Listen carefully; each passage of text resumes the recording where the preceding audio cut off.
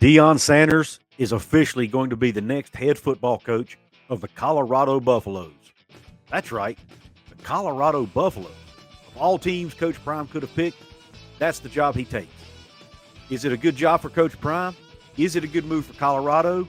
Pull up a chair, sit back, relax, and let's talk about it.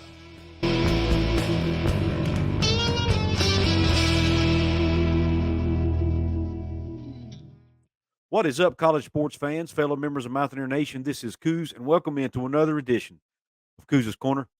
So pull that chair up and let me serve you up this shot of top shelf college football content. Normally on this channel, I focus on Big 12 content and West Virginia Mountaineers content. However, once in a while, a story breaks that gets the attention of everyone around the country. This is one of those stories. Deion Sanders is a very popular figure, arguably the most popular figure in all of college football. So this is a big story, and I figured that my audience may want to hear my opinion on it, so I thought I would give it to you. A couple of different ways I'm going to go about this. Number one, I'm going to give you my opinion on whether or not this was a good hire for Colorado, and was this a good move and a good decision by Coach Prime. And then last, I'm going to talk to you about his introduction to the Colorado football team. He did a meeting with the team, introduced himself, talked to them for 14 to 15 minutes, kind of gave him his expectations and so on and so forth. I'm going to talk to you a little bit about that and let you know my thoughts on it. So let's get right into it. So, was this a good move for the University of Colorado? I say yes, it was. What did they have to lose? They were 1-11 in 2022. 1-11, worst team in all of Power 5 football. And they had an opportunity to make a huge splash hire here by hiring Deion Sanders, an NFL Hall of Famer who's had a couple of years of really good success coaching at the FCS level. And it automatically, before they even play one game, it automatically puts Colorado football back on the map. Okay. They are already arguably the most interesting team in the country without even playing a game. It's going to be great for their recruiting. I saw a tweet that went out by a member of the media. I cannot remember who it is off the top of my head, but I saw a tweet go out that said over 200 players had already reached out to Colorado about coming to play for Coach Prime. About 200 between portal players and high school players combined.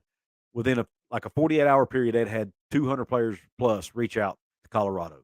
That's the impact Coach Prime is going to have on recruiting for the University of Colorado. Will it translate to wins on the field? That's yet to be determined, but we all know he's going to be able to recruit. You add in Prime's popularity and his willingness and ability to promote the team he's coaching, the players he's coaching, and even himself for that matter, Colorado football is automatically legit, like I said earlier, before they even play their first football game. He's big on promotion. He's big on social media marketing. He's big on bringing attention to the program, which helps with NIL and other things. And he's big on that. And heck, he himself is in commercials with Nick Saban and other things. So the attention alone, the media attention alone, is going to make Colorado a legit team in Power 5 football. Now, was it a good move for Coach Prime? There's some controversy around this. There are many out there, including my friend Outlaw of College Football. Y'all go please check his channel out. Really good channel on YouTube. He thinks that what Coach Prime did was wrong, that he did Jackson State wrong by taking this job, because he had always talked about how what he was doing was for the HBCUs. He wanted to build up HBCU programs, the HBCU names, and really put HBCU football back in the spotlight again and all this. And he thinks that what Coach Prime did was wrong and was dishonest. And I can understand that argument. But at the same time, I don't know anybody in the United States of America that wouldn't take this job if offered.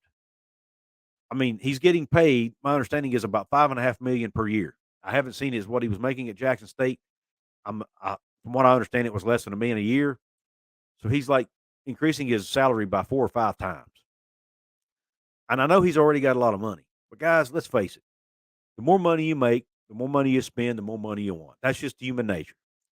You can't blame a guy for wanting to improve his status. And let's not forget, his son is quarterback at Jackson State, and he's going to come with him to Colorado. So it's an opportunity for him to help his son get noticed by more NFL scouts, to play against tougher competition, and to improve his draft stock for the future. So let's not forget that.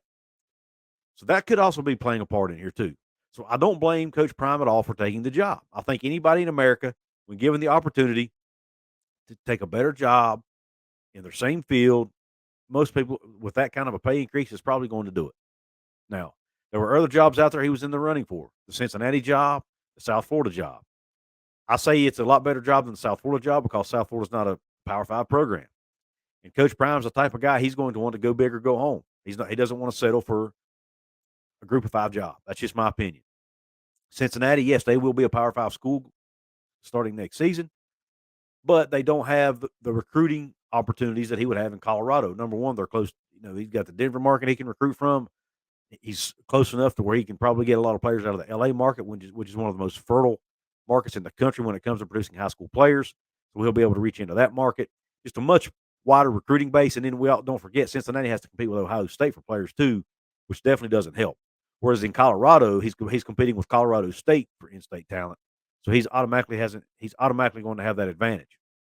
Now, and from by all accounts, I've never been to Colorado, but from all accounts, from everybody I've talked to that's ever been there, it's a beautiful state. Most people love to visit the state. So he gets to live in a beautiful state. Now let's talk about his speech to the team. To start, I'm going to post a link to this speech in my description box for you to check out for yourself. It's like a 14-minute speech, so I'm not going to share it with you right here. It's too long. We'll make this video too long, but I encourage you to go watch it because then it'll put everything I'm about to tell you in context. But he walked into the meeting. Obviously, he was introduced by the athletic director, but he walked into the meeting with music playing. He said, "This is how we arrive. This is how we walk in." So to me, that screams all about me. I'm so important. I've got to have entrance music to my meetings. That's the first thing that screamed at me. Okay. Number two, the one phrase he kept saying throughout the meeting, which was basically the theme of his meeting, was, "I'm coming." He kept telling the players, "I'm coming. You better get ready because I'm coming." Notice the word "I" in there. He never said "we're coming." He said "I'm coming." There again, he made it all about himself. He made it all about Deion Sanders. Okay. He told the players in that meeting, the Colorado players now that are currently on the roster, he basically told them that if they weren't up to doing things his way, they should go ahead and hit the transfer portal. He told them he was going to bring discipline, accountability. I'm paraphrasing now, but discipline, accountability. We're not going to be allowed to wear hats and hoodies in meetings. We all know West Virginia fans, there's been a lot of controversy amongst our fan base about that and Neil Brown's rules around that. I personally think that's a good thing. He's teaching these young men how to be professional adults. Okay, so I have no issue with that whatsoever. But that being said, he told them, "We're going to do things my way, and if you don't want to do it that way, then go ahead and hit the portal now." He told them that he got a list of names from the interim coach of players that were expendable. And he said, if you were on that list, you're not going to be here, point blank. I have no issues with that either because he's being totally honest with them. He's being upfront and honest about his expectations. He didn't sugarcoat anything. So these players know exactly where they stand. So they're going to know I'm going to be able to play for this guy or I'm not. And if not, I'm doing this video on December the 5th. Today's the day the portal opens to all players around at the FBS level. They can hit the transfer portal today. So he got out ahead of it. He was honest with them. He didn't sugarcoat things. That part I respect and like. But here's some other issues I have regarding this speech.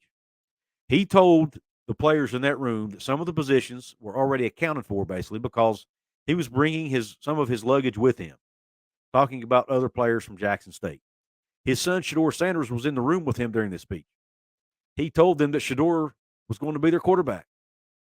So if I'm a Power 5 quarterback or even an FCS quarterback looking to move up, and I want to go to a place where I'm going to get a chance to play, I'm not going to Colorado. Why would I go to Colorado when I already know the coach's son's going to be given the position? Now, I get it. It's his son. He's the coach. He can do whatever he wants. I totally understand that. And, there's some who say Shedeur Sanders is good enough to play at that level. There's some who say he ain't. I've not seen the kid play, so I'm not going to give an opinion on that. But what I will tell you is this. If he's not good enough, he's taking a huge risk here by doing this because he better hope his son Shedeur is ready to play at Power 5 level or he's going to get exposed and he's going to make himself look bad by just handing his son the position because by all accounts, it looks like that's what's happening here.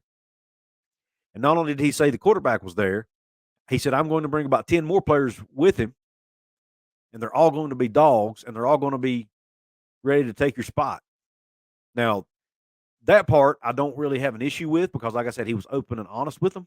But the part I have an issue with there is back to what I said in the beginning about the way he's treating Jackson State. Is that really what you want to say? Keep in mind, he's still the coach at Jackson State officially. He still has to coach a bowl game for them.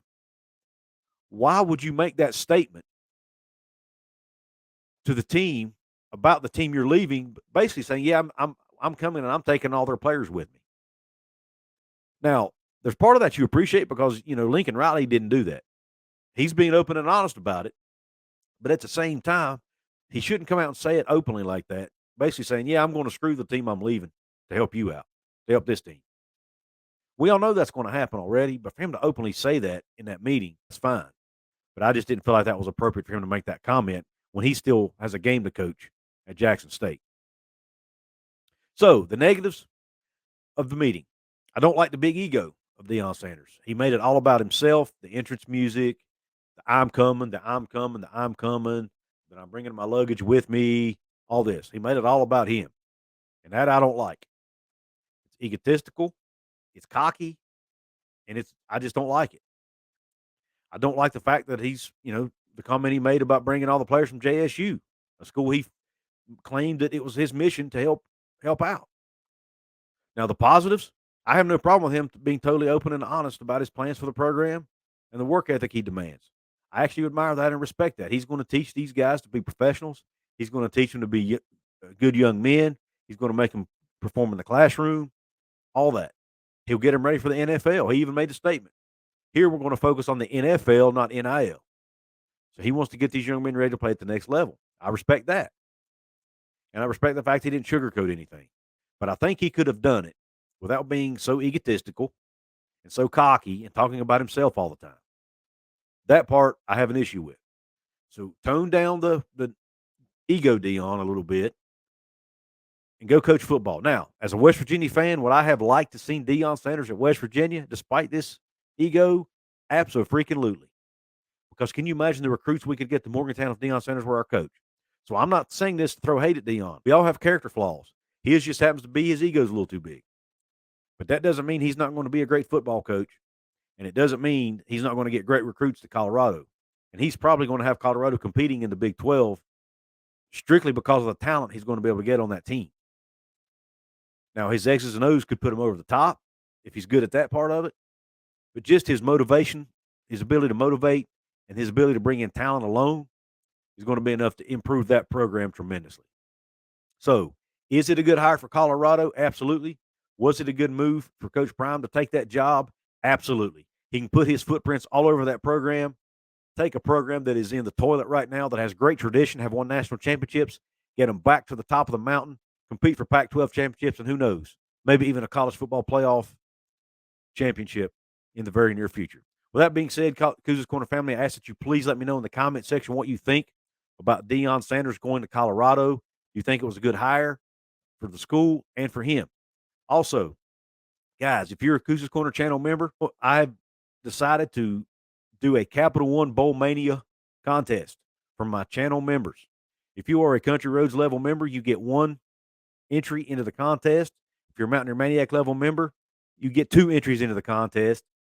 I posted a link to the contest page in the members only part of my community tab. So if you're a channel member, go to the community tab, check out the link there, go to the Capital One Bowl Mania website, pick your winners of every single bowl game. At the end, the winner will be picked, and the winner will get a $25 gift card. And this, once again, this is open only to my channel members. So if you want to get into this contest, go ahead and join Cougars Corner right now by hitting that join button right below this video. Another way you can support me financially is to check out my merch store. Link will be at the top of the description box. You can get you a hoodie, a ball cap, a T-shirt, a beanie, a coffee mug, whatever you want to get over there. Several different designs available. Check out my merch store there. If you want to support me absolutely free, there's 4 ways you can do it. You can like this video, share this video with your friends, drop that comment below, and last but not least, hit that subscribe button. Help me get to my goal of 5,000 subscribers. I wanted to do it by the end of the calendar year. I don't think I'm going to get there, but help me get there as soon as I can by hitting that subscribe button right now. It's absolutely free and only takes you a second. With that being said, I really appreciate you tuning into this episode of Cougars Corner. Until the next one, Q Country Roads.